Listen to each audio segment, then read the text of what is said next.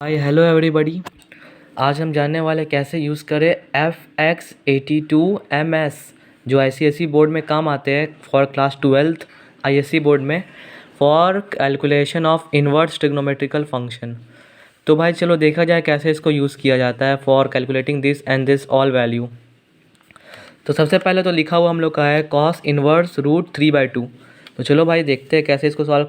हम तो जानते हैं, आप लोगों को पता होगा कि मल्टीप्लिकेशन, डिवीज़न, प्लस माइनस ये सब कैसे किया जाता है और बाकी वैल्यू सब कैसे निकाला जाता है।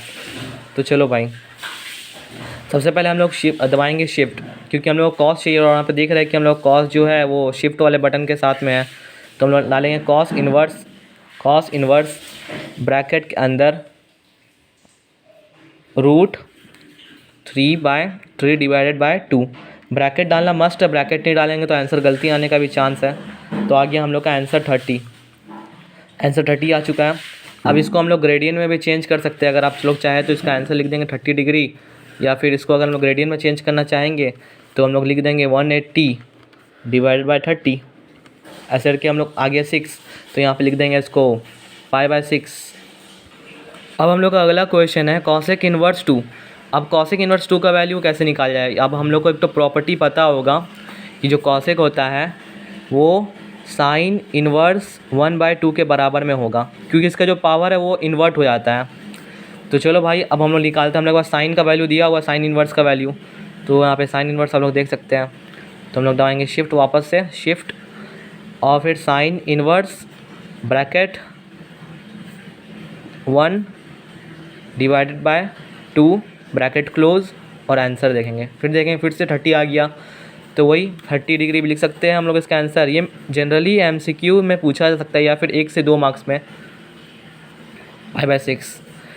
अब आता है साइन इनवर्स माइनस रूट 3/2।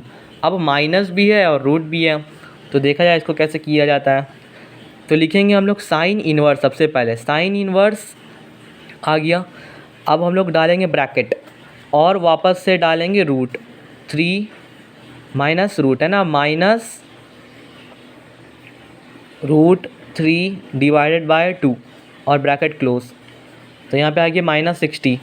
अब हम लोग यहाँ पे -60 भी लिख सकते हैं, -60, या फिर उसका वैल्यू हम लोग कन्वर्ट भी कर सकते हैं। आप लोग कन्वर्ट कर लेना। अब यहाँ पे आया हुआ है कॉस इनवर्स -1/√2। अब भाई देखा जाए कि अब ये कैसे आ सकता है।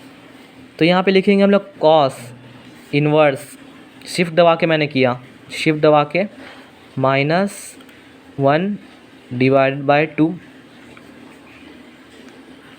आ गया 120। 120 को भी हम लोग लिख सकते हैं पाई के फॉर्म में, 120 डिग्री पाई के फॉर्म में कन्वर्ट कर लेना आप लोग। उसके बाद हम लोग का है tan इनवर्स -√3। अब इसका वैल्यू कैसे निकाला जाए। यहाँ पे tan भी आ गया और देख सकते हैं हम लोग का tan का फंक्शन, हाँ tan का फंक्शन हम लोग का प्रेजेंट है। तो दबाएंगे शिफ्ट, tan इनवर्स ब्रैकेट -√3 -√3 है ना भाई, हाँ -√3 आ गया -60 डिग्री। अब जैसे यहाँ पे -60 डिग्री आया है तो जो हम लोग पाई के फॉर्म में भी लिखेंगे, जो भी यहाँ पे आएगा, जैसे पाई/3 आएगा तो यहाँ पे हम लोग माइनस लगाना मस्ट है। अगर माइनस छोड़ देंगे तो मार्क्स कट जाएगा। MCQ में ट्रिक कर सकता है। अब उसके बाद अब यहाँ पे है कॉस इनवर्स -1। तो अब फिर से हम लोग के पास कॉट इनवर्स -1। तो यहाँ पे हम लोग देख सकते हैं कॉट का वैल्यू तो हम लोग के पास प्रेजेंट नहीं है, तो इसको हम लोग वापस से tan में कन्वर्ट करेंगे। तो आ जाएगा tan -1/1, ऐसे करके आएगा। अब हम लोग लिखेंगे tan इनवर्स है, shift tan inverse bracket -1 bracket close and आ गया है -45। तो इसको हम लिख देंगे -45। अब उसके बाद है वैल्यू सेक इनवर्स -2 का। अब देखेंगे सेक का वैल्यू तो प्रेजेंट नहीं है यहाँ पे, पर कॉस का वैल्यू तो है। कॉस तो उल्टा होता है ना उसका, तो हम लोग पहले लिखेंगे फॉर्मूला कॉस इनवर्स 1/-2 ऐसे करके, और वहाँ पे डालेंगे फॉर्मूला में इसका value shift cos inverse bracket open 1 -1 divisible by 2 bracket close, यहाँ पे आ गया 120 वैल्यू, लिख देंगे 120 को कन्वर्ट कर लेना है ग्रेडियंट में, अगर ग्रेडियंट में आंसर दिया रहता है तो। अब ये वाला क्वेश्चन कैसे किया जाए, यहाँ पे sine cot inverse cot 17 pi by 3, अब इसको कैसे किया जाए।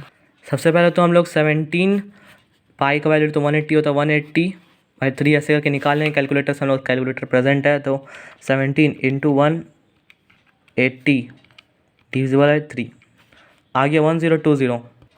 अब 1020 को यहाँ पे लिख लेंगे हम लोग और यहाँ पे कॉट का वैल्यू निकालेंगे।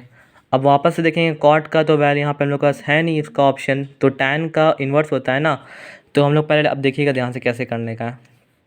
अब देखिए टैन 1020 आ गया है आंसर, ठीक है, ये इतना आंसर आया। अब हम लोग को इसको उल्टा करना है, यानी इसका इन्वर्स करना है, ठीक है। तो यहाँ पे हम लोग देख रहे हैं यहाँ पे इन्वर्स का जो वैल्यू यहाँ पे लिखा हुआ है, तो यहाँ पे इसको इन्वर्स में से कर दबा देंगे, तो इसे पुट करेंगे, आ गया 0 माइनस 0.5773। तो भाई हम लोग का वैल्यू इतना तक आके ख़त्म हुआ था। अब इसको हम लोग पुट करेंगे यहाँ पे इसके जगह पे, तो यहाँ पे हम लोग देख रहे हैं कॉट इन्वर्स है। अब कॉट इन्वर्स का तो हम लोग का कैलकुलेटर में दिया नहीं हुआ कॉट इन्वर्स का, तो इसका भी फॉर्मूला है cot inverse x equal to tan inverse 1/x। अब इसको हम लोग पुट करेंगे इसी फॉर्मूला में, तो लिखेंगे शिफ्ट टैन इन्वर्स, तो टैन इन्वर्स आया 1 डिवाइडेड बाय 0.5735, अब ब्रैकेट क्लोज। तो यहाँ पे देख रहे हैं हम लोग अप्रॉक्स 60 डिग्री के बराबर में आया है, ठीक है। तो इसको हम लोग नोट कर लेते हैं, अच्छा नोट मैंने किया 60 डिग्री आया हुआ है, ठीक है। अब हम लोग डालेंगे इसको साइन के फॉर्म में, तो हम लोग लिख देंगे यहाँ पे, अब साइन है ना आखिरी में, ये इतना हम लोग अंदर से सॉल्व करते हुए जाना है पूरा बाहर तक, और फिर देखेंगे साइन आया हुआ है तो साइन 60 डिग्री, तो साइन 60 डिग्री, इसमें ब्रैकेट लगाने की ज़रूरत नहीं है। तो यहाँ पे देख रहे हैं कि 0.666 कुछ आ रहा है, तो हम लोग नोट कर लेते हैं 0.866 ऐसे कुछ आ रहा था, है ना, ठीक है।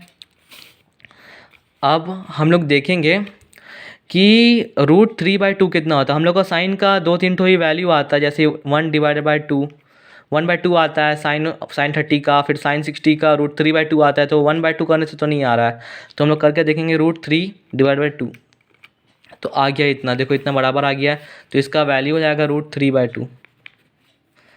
बस हम लोग का ये वीडियो देखने के लिए, अगर आपको पसंद आए ये चैनल तो आप सब्सक्राइब कर सकते हैं, वीडियो पसंद आए तो लाइक कर सकते हैं, और ऐसे वीडियो के लिए हम लोग का चैनल को सब्सक्राइब कर दीजिएगा। चलो फिर ठीक है, टाटा बाय बाय।